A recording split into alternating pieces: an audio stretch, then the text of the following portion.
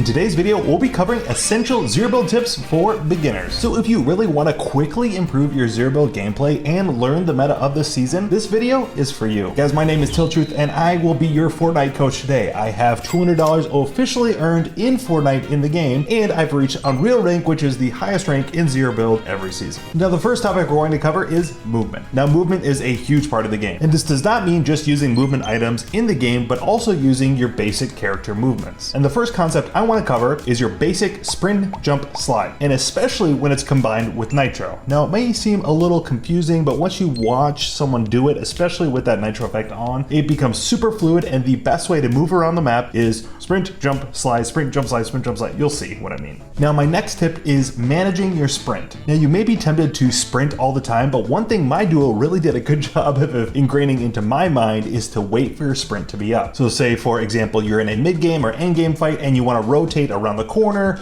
or move through a spot that you might know you're going to run into someone. You want to use your sprint in that moment. It just gives you that little bit of advantage. The small things really add up. Now another way that you can quickly improve is to use your map knowledge and specifically know where the movement items are. This season where there is nitro rings, nitro canisters, using these to your advantage can really make or break your game. I encourage you to move with intention and move in a direction where you know you can use the map to your advantage. Now the same concept here applies to the dash water, which is the little green dashing thing, which by the way, you get 3 dashes every time you step into this water, and it also stops fall damage, and launch pad rotations. Knowing where launch pads are is huge. Now onto the movement items themselves. The first one I want to cover, and the most important one this season, is the nitro effect. There are seemingly endless plays to be made with this item. It does bash damage when you run into someone, and it knocks them backwards, and you can use this to take high ground and knock people off of it. It also breaks structures, which is really kind of a sneaky play to make. Really just having the nitro effect active helps you keep your ground and hold it in any given area of the map. Now the next one is the flowberry, or the flowberry effect. If you have flowberry active, you cannot take fall damage, and it gives you an extra boost when combined with certain parts of the game. Now for example, say you use the flowberry and then step onto the launch pad, you are going to go way further than just using the basic launch pad. The same concept applies when you go through the nitro ring. You use flowberry through nitro ring, you'll go twice as far than just stepping into the nitro ring without flowberry effect active. Also use flowberry with shockwaves or crash pads, going further than you normally would. Now shockwaves are pretty straightforward, but learning how to time them correctly and get the correct trajectory when you use a shockwave is a skill that takes practice. Now again, when I know I have the flowberry effect active and I use a shockwave, I can go about 100 meters, which is further than you can go with using a regular shockwave. Crash pads are roughly the same. You just either throw it in front of you, it can run and slide into it to jump a little bit further, or you can throw it at your feet as you're already in the air with the crash pad. Again, be sure to use flowberry effect as you jump onto the crash pad. You're probably sensing a theme here. Now nitro fists are the best item in the game, but in my opinion, they take the least amount of skill, and you're only gonna find these in either the regular mode or maybe it's slipped into the ranked playlist, whatever it may be, but you're not gonna see nitro fists in tournaments, but it's worth covering here. One trick that I really like to use is use the melee effect, which will kind of give me a quick disengage when I'm fighting someone. When seconds and milliseconds matter, using the uppercut really allows me then to get some clearance and then nitro fist away with the regular dash function, versus if I were to just kind of wait, charge up and dash, they're gonna have a split second to do damage to me. Now let's talk about loadouts. Now your loadout can significantly vary based off of what game mode you're playing, what type of game you're in, who your friends are, is it casual, is it competitive, but I want to cover ones in my opinion that will make you win most of your fights in most zero build games. It might be frowned upon in some like casual gameplay, but if you practice with these, I promise you will win more fights and you will get better at zero build overall. The goal here is that we're building good habits. Now the first one I would say is the Thunderburst SMG with a laser barrel underneath it, along with a speed mag attachment. This allows you to hip fire still and have less bloom. Then I want in my second slot a utility item like porta bunkers or bubbles. Again, those take skill to learn and to practice, but are imperative in terms of resetting a fight. Then for your shotgun, you can either carry a gatekeeper or a combat shotgun. The gatekeeper will hit harder than the combat, but the combat is a little bit more forgiving and maybe will help you as you're starting out learning the game. I would not carry the pump shotgun. It's just not really good in zero build. Then I would carry a single movement item like nitro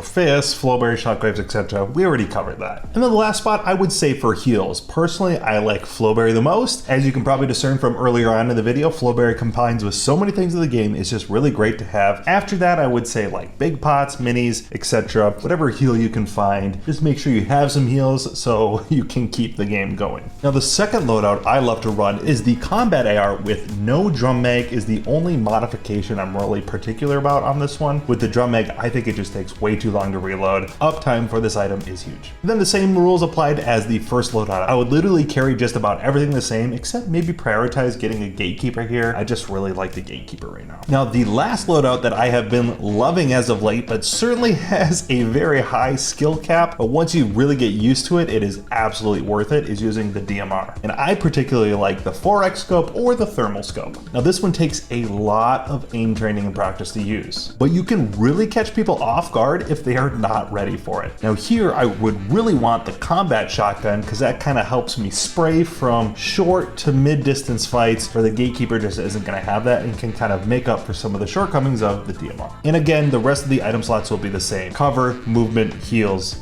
you've got it. Now I want to just quickly touch on using porta bunkers and bubbles. You might say, why am I carrying these items? Why are you making me hold them? These are very, very important to have. And the more you play Zero Build, the more you'll realize how important they really are. And one thing I'd really recommend is playing a practice map. There's a lot of Zero Build solo practice maps, Zero Build Zone Wars, all sorts of things that you could play to practice your Zero Build aiming, trading, fighting. And these, once you play it, you'll see how important they really are, but just give you a good moment to reset, recalibrate, either move in or move out depending on the scenario. Now the last thing I want to touch on is rotations. Now where to rotate and when to fight and when to not, these are arguably the hardest parts of the game and really will come to you over time. But I want to give you the tools here and some rules that I play by to set you up for success. So in a normal game for us, we want to one, loot off spawn and fight for our loot off spawn. If we have someone land near us, we want to try and fight for our loot. As soon as we have good enough weapons, probably a shotgun and some sort of AR or a pistol or whatever it may be, we're looking to fight them very quickly. We want to use our speed and aggression to our advantage and fight someone that's maybe unsuspecting. Then when that fight is over, you can go and claim the rest of the area. Now second, we want to move immediately for forecast tower. At our drop spec, kind of in the middle of the map, there's a forecast tower spawn that spawns 80% of the time. There, we want to fight for this to get the key card that is outside the forecast tower so we can rotate even better and more efficiently. For those of you that don't know, the forecast tower drops a key card, or there's guards that drop a key card that will show you then where the zone is one ahead of time. So you see one zone, and only for us, because we've gotten the forecast tower, we'll see the next zone and where it closes in. That's obviously advantageous in a number of ways, but the primary one being is we can set up and rotate early. So we can go right to where the next zone is going to be, and we can set up in a bush, in a building, or we could even burn some utility if we're confident we can hold that high ground position late into the game. Now this next part is the hardest. We really try, as we're rotating to zone, either look for third-party opportunities where we know someone is for sure low, or maybe we saw their shield crack from a distance, or say we heard someone reboot, we know they have little to no items, we can play aggressive then and go fight those teams. If your goal is to win more games, you need to be very disciplined and not just aimlessly wander around the map looking for people to fight. And again, this playstyle thing is going to differ from duo to duo. My teammate and I play a lot of competitive games. We want to get those placement points, we want to make it to endgame, and we want to win our games. And then finally, the last rotations bit of it is endgame. And there's so many scenarios I could go over here. But again, generally we want to pressure teams around us, maintain our space, and we want to spray other teams or push other teams away from us if the zone is rotating towards them so we get them either the move or get the eliminations.